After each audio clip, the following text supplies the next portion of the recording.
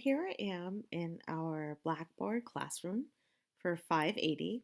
It says 581 for a different course of study. We use the same shell.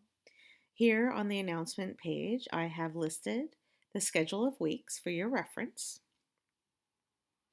And just going over here, if you want to read a little more about me under Meet Your Instructor,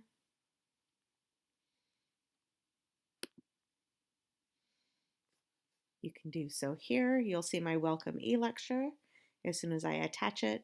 Here is a rather large photograph of me. I couldn't seem to shrink it down. Here's a little bit of information about my professional experience, my biography, and my areas of expertise. While I'm here, I would like to ask or request that you call me Denise. If you feel comfortable doing so, you can certainly call me Dr. Estrella if you wish, or Professor, but I prefer Denise. I think, it's nice. We're all adults, and I hope you'll feel comfortable doing so.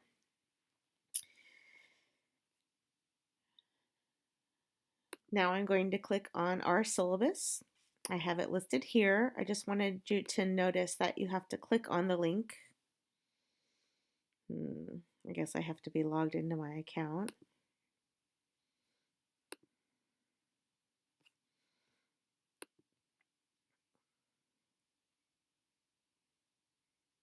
There we go. So clicking on the link will take you to our syllabus for this term. Scroll down past the picture of the planet.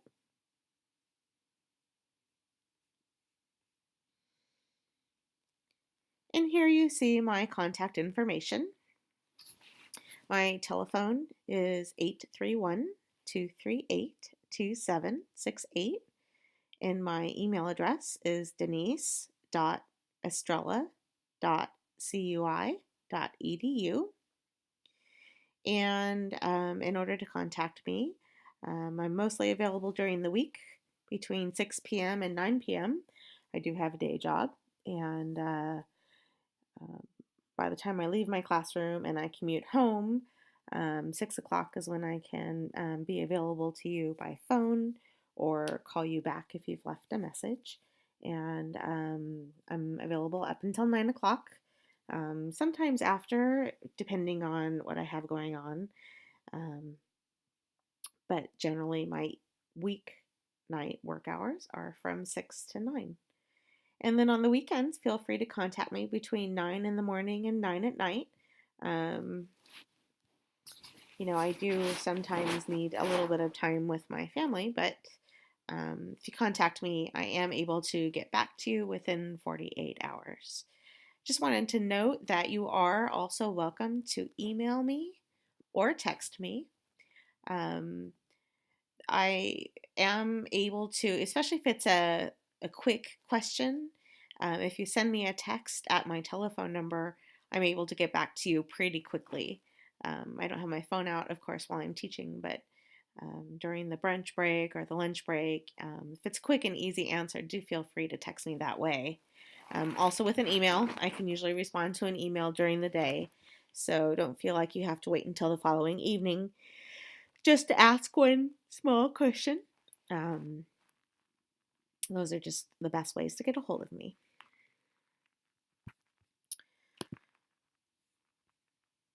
And going back, I just wanted to bring your attention to the capstone resources. There's lots of information available for you here. First of all, your writing project, your writing template is all set up for you here. So before you begin to actually produce anything, make sure you download this template and follow it. That will save you a lot of time. It is recommended that you work on your collaborative writing in Google Docs. That is a good way to collaborate, but in the end, you will want to copy and paste into a Word document for the writing template. We'll talk about that more later.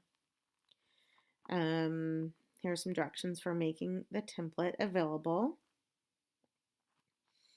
And moving down, you want to review and keep in mind your collaborative capstone project rubric. Here is a resource for the IRB documents and procedures.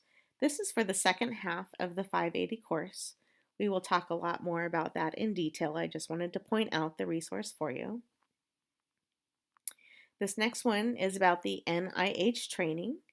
You will complete a training and receive a certificate. You must have it before you can apply for the Institutional Review Board. Everybody must have one of their own. I also have to have one. Mine is complete. When you do your NIH training, you can do it all in one sitting, or you can do it in parts and break it up. You can save your work as you go. Here are just a few other tools: a research designer, design organizer, literature review matrix, which is a nice tool, some other resources about data collection and analysis. We've also provided you with a sample capstone project. It does seem to make it easier for students if they can see an authentic example. So that's provided for you here, just so that you can see what it is you're doing and have a model to go upon.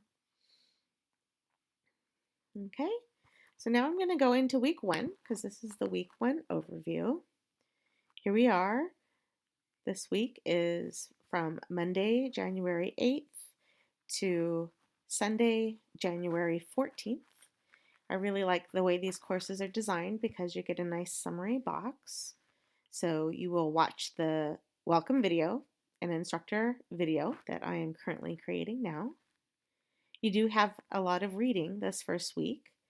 Look at the capstone experience and read the entire handbook. Take notes, but don't memorize it. Also, in the Hendricks text, you'll want to read chapters 1 and 2. And also review the support materials, such as the APA Basics document, the writing template that I already mentioned, and so forth. Go into the What Works Clearinghouse and browse. Then complete the self-paced lesson. The self-paced lesson is right here. Just press play. Submit your NIH certificate of completion, but this doesn't need to be done until the end of week 2. Go into the discussion board and discuss the topics. Attend the live virtual meeting on Wednesday, however, that's optional. And view the Christian message, which is also optional. I know this is a lot. We do start off with a lot of tasks. I have to say that this capstone sequence is very well planned and paced. So do your best to stay on the timeline. And do be in touch. I know this is winter. I know it's cold and flu season.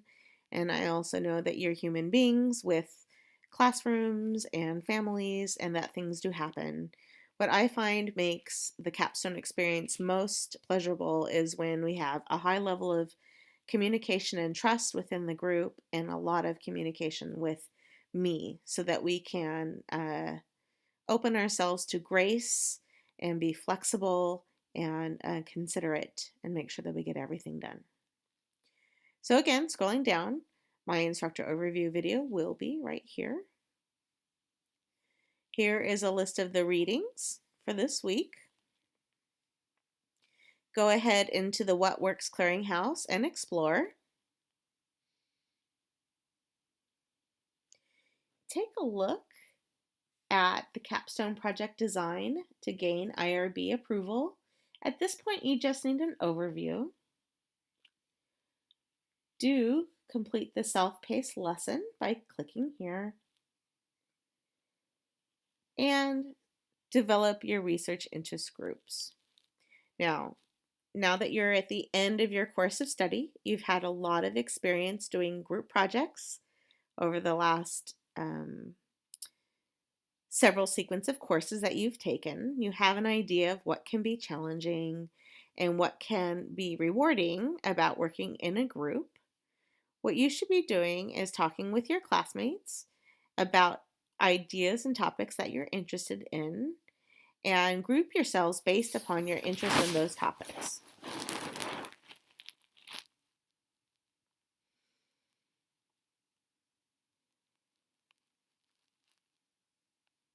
One more thing to mention is that you have to have a group of at least 2 students and no more than 3. It is not possible to complete this capstone project as a single person. So keep in mind also the ways and the interactions you've had in the classes previous. I know that as a cohort you are quite comfortable with each other. Keep in mind whom you'd like to work with and what your learning styles are. And we'll want to get those groups set pretty quickly as we kick off our course. Click here if you'd like some more information about the NIH training certificate.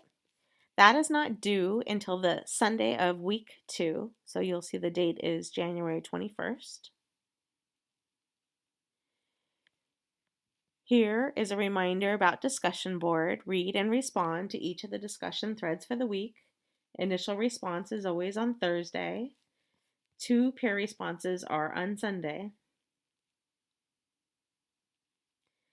And again, for those of you who choose to participate, the first of the live virtual office hours will be on Wednesday at 6 o'clock, shooting for about an hour, but sometimes they go on to 7:15 or 7:30. The topics that we may discuss are introductions, syllabus, and the capstone handbook and rubric. The course and program resources, there's a lot of them on here that I think people forget about. We can talk about action research and what an intervention is. One that I find very useful is how to pick and narrow a topic. You can talk about research interest groups and the importance of searching and reading the literature to quickly decide on a topic and prepare for the literature review. Once you have an idea of what your group will be, well, the student must make contact with the school site administrator to get the protocol for conducting research at that particular site. Only one student in each research group will need to do this. But that can sometimes take a little while depending on how busy that principal is or depending upon the complexity of the protocol. Want to find out what the protocol is so that we can plan in and make sure we get permission to conduct that. Okay? So I'm looking forward to working with you this term and the next term. We can do this. I know it seems like a lot, but in 16 weeks you will be finished with your capstone. Please contact me if you have any questions. I'm looking forward to meeting you. I will be conducting classroom calls during the end of week 1 to see if you have any questions.